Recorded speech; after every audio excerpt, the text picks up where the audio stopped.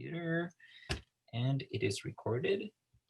Welcome everyone to our instructional innovation workshop. This week we will sort of continue what we started last week and have been in fact looking into for this whole semester, which is the Canvas course management system. And specifically today, we will take a closer look at the quizzes feature, which many of us are familiar with. Many of us have been using quizzes, but I thought it would still be a good opportunity to revisit the topic, and indeed to do it with help of one of our colleagues whom we have with us today. It's Wijnie de Groot, who is in charge of the Dutch language program here at Columbia. Yeah, without further delay, I would like to extend warm welcome to Wijnie, and once again thank her for taking the time to share her knowledge with us. Okay, thank you, and thank you for coming, people. So, do I understand correctly, Simon, that you are putting those tips in the chat, and so I don't have to do that? Okay, great. I was just gonna do that because I was afraid I would forget. Yeah, you can just share your presentation on the screen. I'm doing that as we speak. So what I was saying is that I'm not really going to talk about how you can use quiz, although I'm doing that too, but mostly how you can construct a quiz. So I will be talking so my practical experience really is what I am going to talk about. So what I use quizzes for, because all of you, I'm sure, use it and know a lot about it. And I'm just going to share what I do and what I know and mistakes I've made.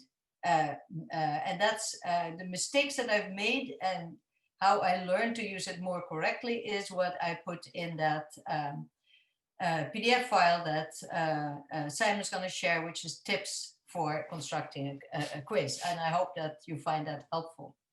So I'm going to talk about what I use quizzes for, what the advantages are of practice quizzes and of graded quizzes, and then how you construct a quiz, and then I'm giving you a few examples. That's basically it. So what I've used quizzes for is very many quizzes I made practice quizzes, ungraded practice quizzes, and the students know, of course, that it's ungraded. It's just for me to see and for them to see what they still need to work on. And I find that especially now that we're teaching on Zoom, and especially when you have a larger class, it's sometimes not easy to keep track of what students have learned. And I think that a quick quiz that you can quickly put together is a good way for both instructor and the student to find out what is still lacking in their knowledge of a specific topic, be it grammar or vocab. I've used it a lot for pronunciation as well. I use Linked for that also, but I find that quizzes are good to assess the different pronunciations of similar sounds. Questions about texts, of course, you can use. I've used graded quizzes and chapter tests, which are both different categories in the final grade. And then once in a while use it for surveys, but not as much as the other ones. So when we first go to practice quizzes, what are the advantages of making a practice quiz and publishing it for the student? As I just said, it gives the students immediate feedback, and it's also very low threshold. You know, you do it, they do it whenever they want at home, and they can take it as many times as they want, and I can see how they did. This is one thing that I want to go back to later on, and that is that when you do a graded test or quiz, you can see how each student does through Speedgrader, but that's not true for a practice quiz because there is no Speedgrader. But you can still, there's still a way in to see how every student did on every question, who got what right, but it's a different thing. I use them a lot before there's a real chapter test coming on, so they can practice. And I actually, before we were on Zoom, I never really did that. I didn't really give them practice quizzes, but I find that the quiz function in Canvas that I really started to explore now that we're on Zoom much more than before, is something that I will keep using specifically for ungraded practice quizzes. And it, especially with larger classes, as I said before, it allows you to check easier on individual students how they're doing. And if you have any questions, please feel free to shout out and we can answer them as we go along. The graded quizzes and tests, what I like about that, as opposed to a written test on paper that I've used up to now in or more regular years, is that it gives you the ability to work with many different types of questions, which I'm going to show you later. And one question might work better for one assignment than the other. And also what I like about the variety is that I think, I don't know if it's true, that it makes it more interesting. As far as a quiz can be interesting to a student, it makes it more interesting to them than something on paper, which is, there's less variety in it, I feel. Another big advantage for me, specifically with a larger class, that it gives you instant grading in Speedgrader. I want to talk about that later too, because Speedgrader does the work for you, but only if you enter the answers correctly. Otherwise, you still have to do it by hand. From Speedgrader, the grades go automatically into the gradebook. And we saw in Simon's presentation on gradebook that you can that you have some variety in that variation, that you can change the grades to percentages, which I always do. And then you can fiddle around with that a little bit, that like increase the percentage by a little bit if it's in a small point. The instructor has leeway in giving extra points, which I will show you how to do that. And I find it's a lower threshold than a paper test. I feel, and maybe that's not true, that students will find it less intimidating to have a test online with a lot of multiple choice questions and stuff like that. So where do you start when you construct a quiz or a test? So first you have to establish what's the purpose of the quiz, much like Simon said. And what's the purpose of a spreadsheet when you want to use it? You always have to ask yourself, what am I using this quiz for? You start when you start making a quiz. You just start. It sounds a bit self-explanatory, but sometimes it is difficult to know where to start. But when you start with question 1 and you put something in, you will find that the rest, or I find that the rest comes very easy and very fluently.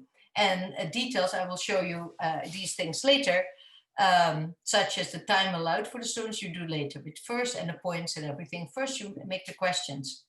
Then you find out what the weight is that in points that a question should have. For instance, is vocab in a fill in the blank thing, is that half point or a whole point or 2 points? That is just personal, what you find important in the quiz. And then you just play around with what it lets you do.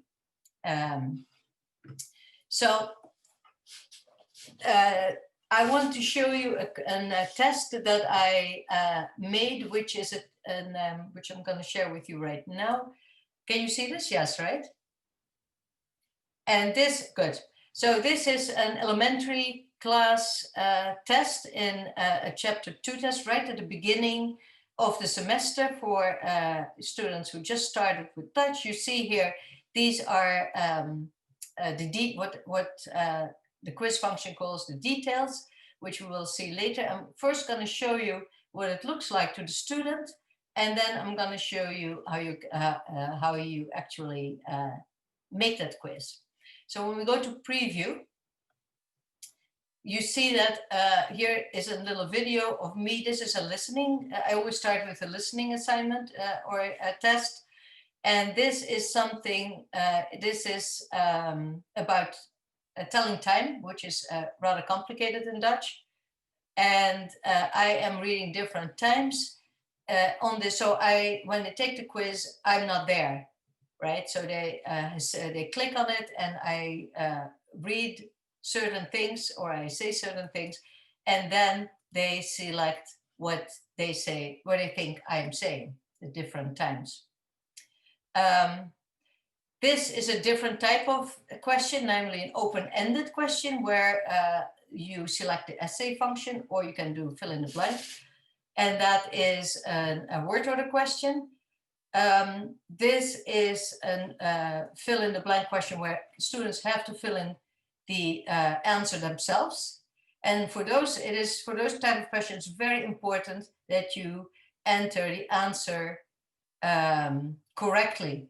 For instance, if the answer is, this is my pen, and the answer is my, that you not only fill in my, but also my and a space, or my and a period, because, or sometimes with a capital, because students will, and it's of course correct when you say my and then a space, but the system will grade it as incorrect if you didn't specify that that is a possible answer. So that's what you have to be careful about. This question is a drop-down menu question, which I will show you later, where students have to fill in a preposition. This is all about time. And again, a fill in the blank question from a word bank. This is a matching. Matching is also, I find, a really nice feature, specifically for vocabulary, where they have to match the word on the left with these ones. And this is a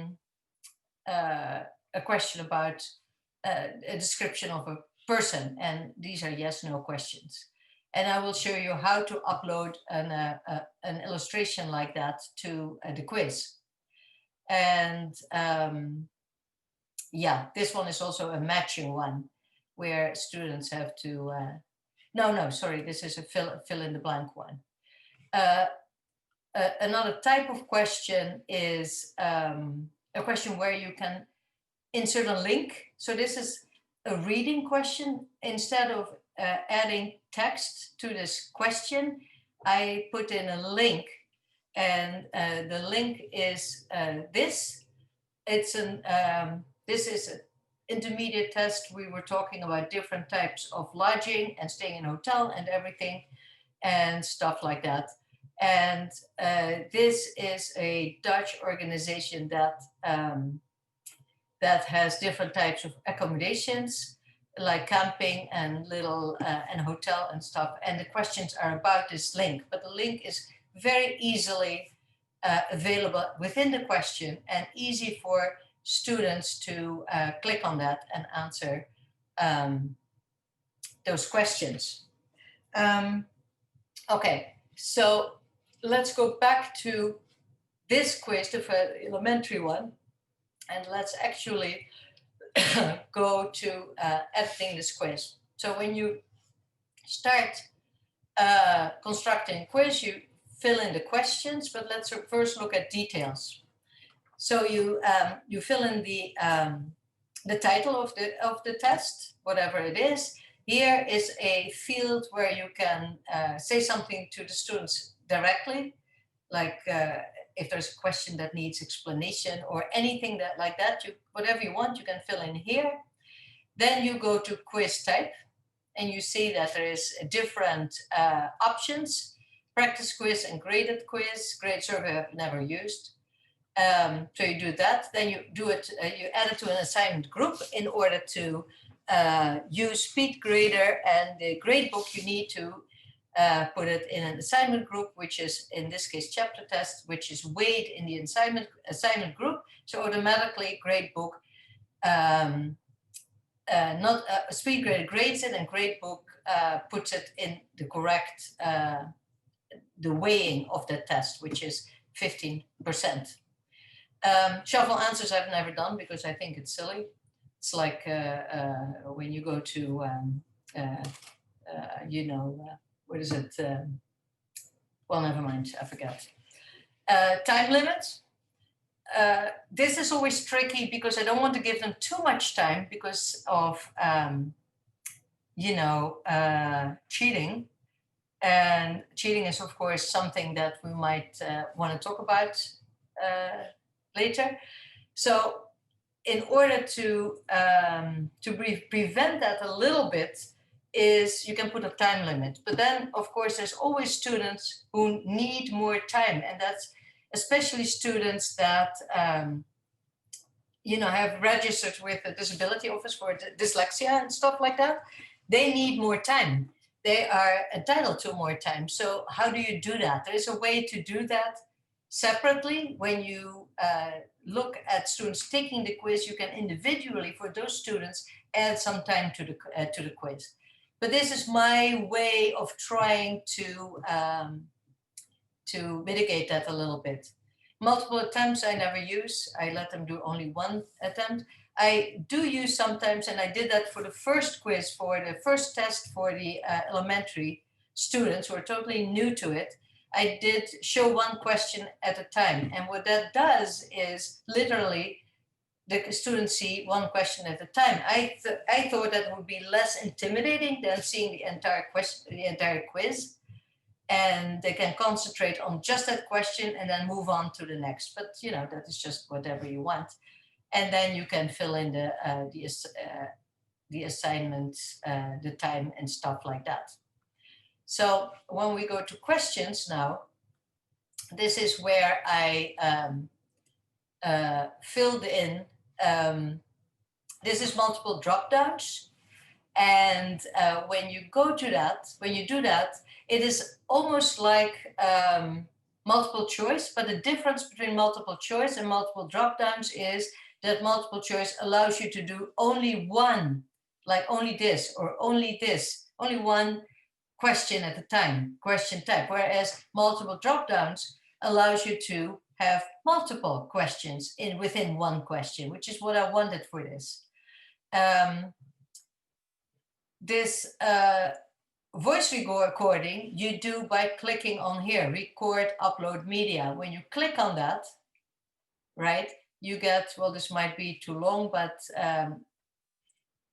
what it does is an option appears where it says start speaking or something, or start recording. You actually record what you have to say, and then this will appear, and then when you save the quiz, it will actually be in the form of a little video. And this is handy because this means that you do not have to be present at the time of the quiz for the students to actually do a listening exercise in the quiz. So, okay, so the multiple drop-downs, what you need to be careful about is that wherever you want the what do you call that, slot? Do you call it slot? To appear, where people fill in things, you must use these square brackets, and then you have to say something like word 1 or time 1, whatever it is, as long as it has 1, 2, 3, 4 in it. And when you have that, you see that here in the answers, these things show up. If you don't do this correctly, it doesn't show up here. It has to be square bracket, no spaces, and a 1 through 5. And then you put all the answers in that are, this is just multiple choice, that you think students might want to answer, and one of them you just say correct, and that's it. Then you're done, then you go to time 2, you do the same thing, right? And then when you're done, you have to be very careful to do update question, because if you don't do it, you lose everything. That's happened to me a couple of times where I had a very elaborate question, and I forgot to do that, and it was gone. And so that was annoying. So that is multiple drop-downs, which is a multiple choice things, but it works for multiple questions within one question. The next one is an essay question. So when you go here, you see you have multiple choice, true and false, which is also great. Fill in the blank, fill in multiple blanks, which you can use, for instance, grammar exercises, like fill in prepositions or fill in the correct conjugation. Multiple drop-downs we do now, matching and essay question. And the other ones I basically don't use as much, except for the text no question I've used as well, but that's for a very specific thing. So when you do essay question, when it's published, you see that there is a page shows up where students can type in, and then they go to the next question. This one is fill in multiple blanks. So it's different than multiple drop-downs. Multiple drop-downs gives the student the answers already, one correct answer and 2 or 3 incorrect answers. So it's basically multiple choice. Fill in multiple blanks works the same way in constructing it, with those square brackets and the numbers. The only difference is that they have what appears when the quiz is saved and published and the students can see it. There appears a small open text box where they have to write their answers in. These are possessive pronouns. So I made it that this is possessive 1, possessive 2, etc. And then in here, this is what I meant with you have to put in different ways of writing it. So this is one way, and then maybe a student puts a period in or puts a blank in, and you don't want the system to rate it as incorrectly. So I did that everywhere. Sometimes it's even more that you have to do. I forget what the different ways of saying it. So here there is 4 different ways of writing the same thing that are all correct. These 2 are just alternate forms of the same possessive, but it's still correct. So I had to add that, because if I didn't, it would grade it as wrong, and it's right, which is not such a big deal, except that the student panics. But you, of course, then manually correct it later, but it just gives you more work. There's no reason to do that. So this is the same type of thing. And this probably is fill in multiple blanks again. And here again, different ways of entering it. This is a matching thing. So the nice thing about matching is that in the left column, this shows up when you construct a quiz, and what shows up is 2 columns.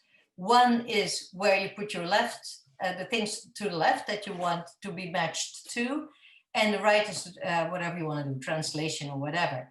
So you write vanmorgen, this morning, vanavond, this evening, the correct answers. And then what you can do, you can put additional, like distractors. You can put in 5 more answers that are all incorrect. So there would be only 5 on the left, but 10 possibilities. And when students look at it, they look at the first one and they open it up, they see 10 possibilities and they have to match them. But 5 are wrong to begin with, because there's only 5 words and there's 10 possibilities. So when you want to screw them up a little bit, that's a nice way to do it. This is the illustration. So here, what this is a question, multiple drop-downs again, right? And for instance, this is, she has long hair. And with this one, the first one, it is either yes or no. Zij heeft stijl haar, yes. These are yes/no questions. You could also be doing true, false, but then you can only do 1 question per overall question. So you could only do, zij heeft lang haar. And then you have to go to the next one, but then they would have to go back to look at the picture, which is not very convenient. So it's much better to do multiple drop-downs instead. And how do you get that picture? So what you do, you go to embed image, and then you see this coming up. This one is any photo that you have in your course files here. You can use and upload it, and you don't go to upload file, but actually you go to update. In the beginning, I made this mistake, but you have to go to update in the beginning. This is all written in the tips. And the thing is that you have to be very careful about is that the picture you want to upload from your files, you actually have to publish. You cannot leave it unpublished in your files because you can see it, but the student can't see it then. So if you don't want the student to see that picture in the module of the chapter, you can hide it in another chapter or whatever. That doesn't matter, but you have to be careful for that. I like to use Flickr for that reason, because it's open source and there's a lot of photos that you can use, and you can change the dimensions to it to make it smaller, and you don't have to publish anything. It will always be visible. So that's why I think that is a good way to do that one. Right, so when we go for a second to, oh no, I showed you this one already, and that is actually, you know, there's another function within the questions where you can just put in a link, like here, just like in Canvas itself. And that link will then show up as an active link that the students can click on. So I wanted to talk a little bit about Speedgrader if there's time.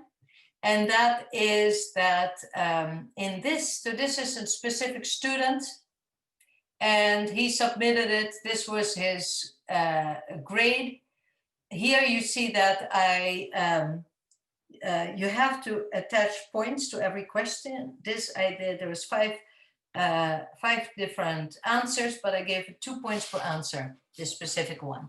So he had one wrong, so he could automatically, it gave him 8 points. So I didn't have to do anything. Speedgrader does it for me, which is very handy.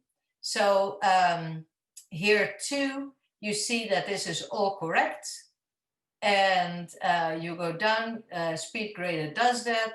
And here too, now this one is wrong, but basically this is correct, which brings me to a suspicion that this student is not my best student, but he was very good. He did everything right. And what you can do when you go here is, well, let me show you something else first before I do that. This is just a suspicious teacher's mind. But you can also add comments to a question. When the question is wrong, you can say why. And you can also do that when you actually construct the question. There is a possibility where, or an option to add something if the student chooses that wrong answer. You can write as an instructor, I know you chose this, but it's wrong because of so-and-so. So now, and then when you have open-ended questions, like where they have to fill in a sentence by themselves, but Speedgrader cannot correct that. You have to do that yourself. For instance, there's one here that has that. I forget where it is. Well, sorry about that. I don't find it so quickly, but one of the questions was, oh, this one. So this one, Speedgrader, this will stay open because they have to write the sentence themselves, word or the thing. So you have to go back and change this from 0 to 2 or 1, whatever you want. You have to be careful to do that because otherwise students don't get the point for that.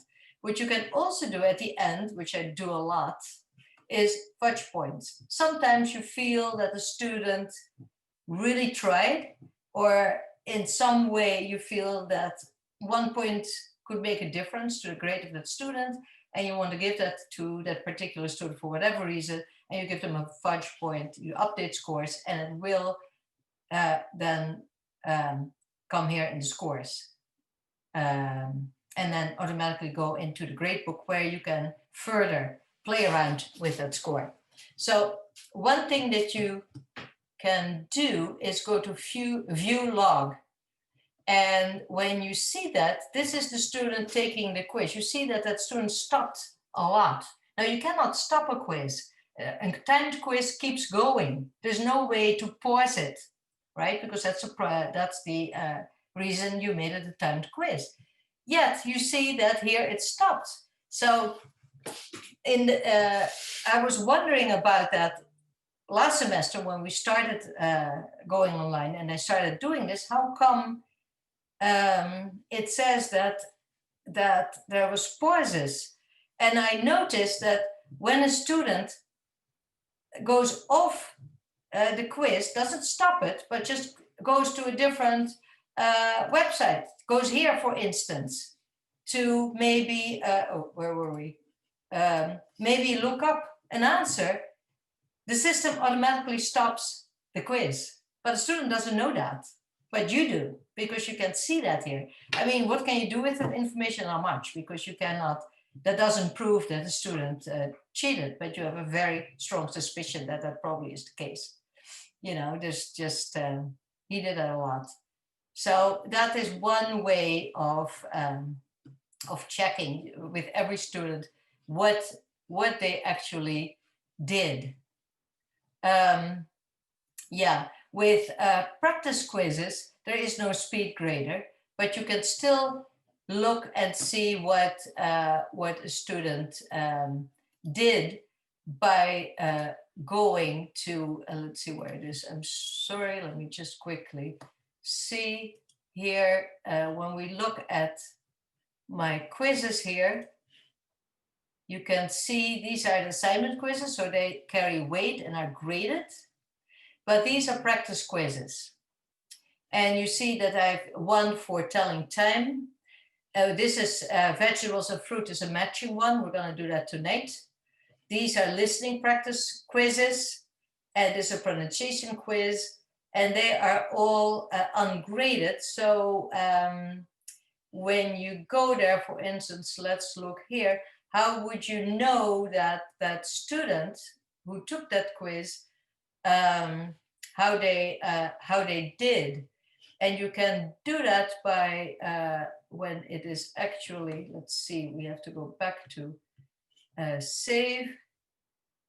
And then you go to quiz statistics and student analysis. No, not student analysis, item analysis, I think it is. No, wait a second, it is student analysis.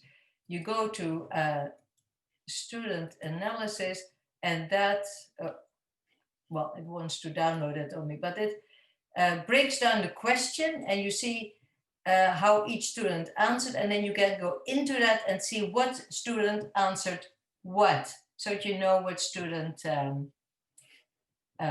you know, made a mistake on that and maybe needs more work. I think that was basically it, what I wanted to show you in that tips PDF document that is in the chat. There's a lot of tips on how to do things. And I guess we come to the last point, questions, if there are any. I will stop. Oh no, I shouldn't stop sharing, because Simon, didn't you want to use the last slides for upcoming events? Yes, there are 2 more slides at least, and the thank you slide following the questions. But let's go back to the question slide first, and leave the floor open to. Stop sharing for a second in case there's questions. Okay. Let me do that. Mm-hmm. Now, I've been doing my best to kind of field questions that were coming up in the chat box. It looks like Sasha has a question. So Sasha, go ahead. Thank you. Thank you, Wijnie. This was really nice and useful. I have a question regarding the question banks. Do you use it, and in which occasions, if you can say a few words about that? I haven't used it yet, but I will next year, because this is the first time I really use, first year I really use quizzes. So I didn't have a question bank yet. But I can tell you when I used it one time is when I made a quiz and then I forgot to save it and was gone. And it had taken me a long time to construct it, a chapter quiz or a longer quiz. And then I suddenly realized, oh my God, I wonder if those questions are in the question bank, and they were. So I could just pull them right back up and populate the quiz again, which was very handy. But yes, the question bank is really good, I would say, for subsequent quizzes that you can that you make, because you can pull from that, you can mix and match, and the more questions you have in the question bank, the easier it will be to make a new quiz, I would say. Have you used it? I did, and especially it's useful when we want to kind of concentrate on a certain grammatical pattern. So for inflected languages, I find it very useful, and it gives different quizzes to different students. Yes. Because of the algorithm. Yes, yeah, that's true. That is actually very good. Yeah.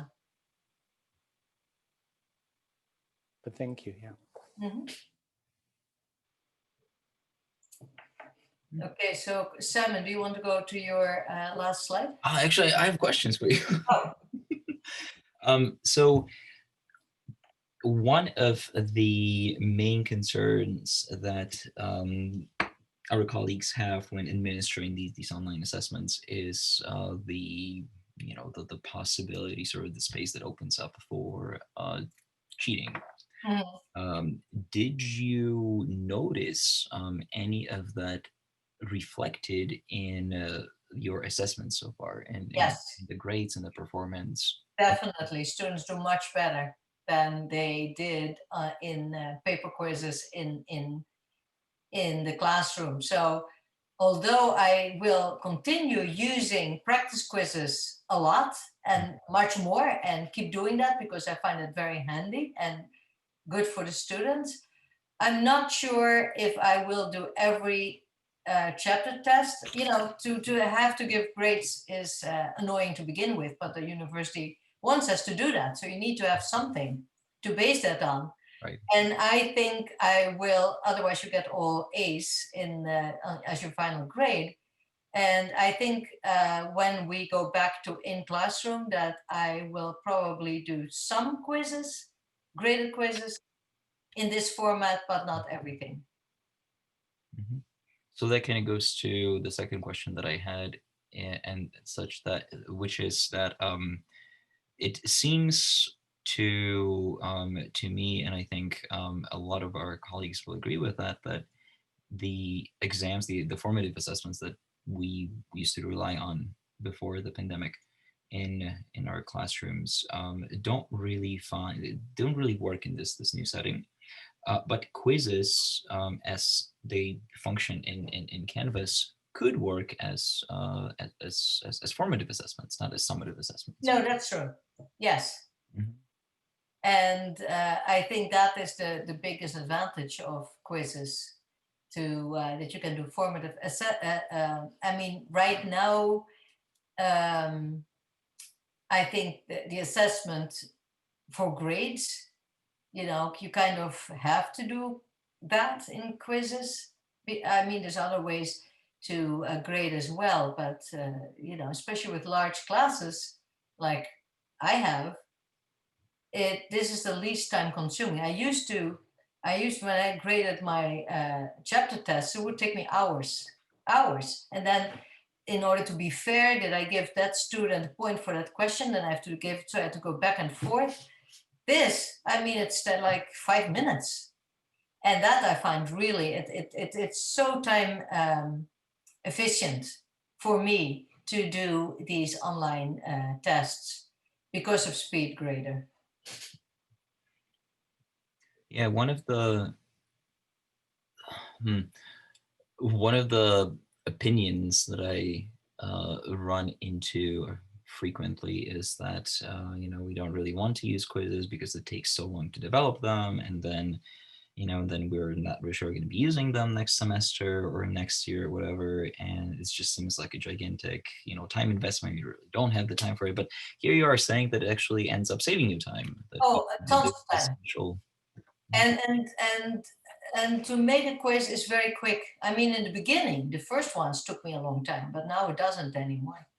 So, and for, yeah, the grading is just so much faster and fairer because, you know, because every student is equal in the grading system of quizzes, you know, so I cannot favor, well, any students, not really. Chris. Yeah, I was wondering whether you do quizzes during class time or whether you do them at students, you know, asynchronous time. That's a good question. I don't do asynchronous. And the reason is also the whole cheating thing. Not that it makes a big difference, but also I like to do them. We start class and make sure everybody's there. And in case there's any questions, then we can go over them, some grammar things, whatever, to go over that first. Then when everybody's ready, I publish the quiz. And I stay on for another 10 minutes, but then I leave and they know they can text me if there is if there's a problem. And I tell students that as soon as they're done, they can leave as well in order to, and I used to not do that. We used to have class first and then the quiz at the end when we were still in the classroom, the last hour, and then they could go home.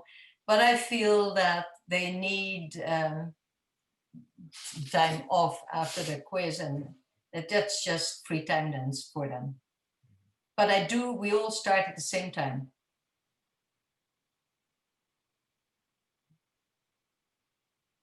Excellent. Mariam. Yeah, just a comment and a question. So I, about that, I do the quizzes asynchronously, but I time them. So they only have, you know, some time to kind of do it, which I thought maybe will, you know, limit the ability to cheat or whatever with it. But about the multiple responses you can get and going back and having to manually actually check these quizzes. For me, of course, I have much less students than you do, but I think I have a bigger problem than you do because I have to deal with accents. You know, they will forget an accent and then the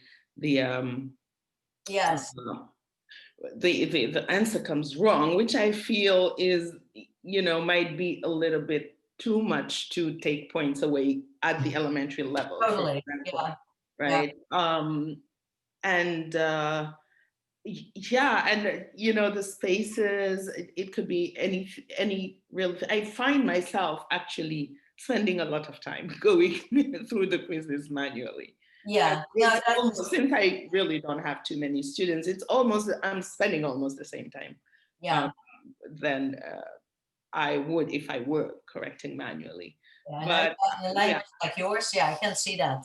Yeah, but I do find the accents, I do find the practice quizzes, you know, very useful. I use it a lot for that. Yeah. Yeah. I do too, yeah. I think one of the bigger sort of unspoken advantages of doing online quizzes is that they are really difficult to redistribute later. So oftentimes with exams, we give students, you know, give students the exams, and you know, we can allow them to take these exams home. At which point it's kind of, you know, all out of our hands right now. They can make copies. Oh yeah. Right. But whereas with if we have just a question bank in our Canvas profile, then that kind of eliminates the concern. That's true. Yeah. Yeah, I've had that a lot because I have a lot of sports athletes in my class, and they're very close knit. And I just know, well, during the quiz, I just know they text each other. You know, even I just know that because why not? And because they're like brothers and sisters almost. They're so close. But I noticed that what you say, that with the paper quizzes, I always used to kept them, and then the next class did very well on them the next year. You know, and it took me forever. I'm so naive. to realize, of course, I'm so dumb. Of course they give them to each other. So I don't do that anymore. They cannot take them home. And if they want to look at them for the final or whatever, they can see them in my office, but I don't give them to them anymore for that reason. I mean, paper quizzes when we're in the normal situation. Okay. Are there any other questions or contributions, comments? Okay, shall I? So can you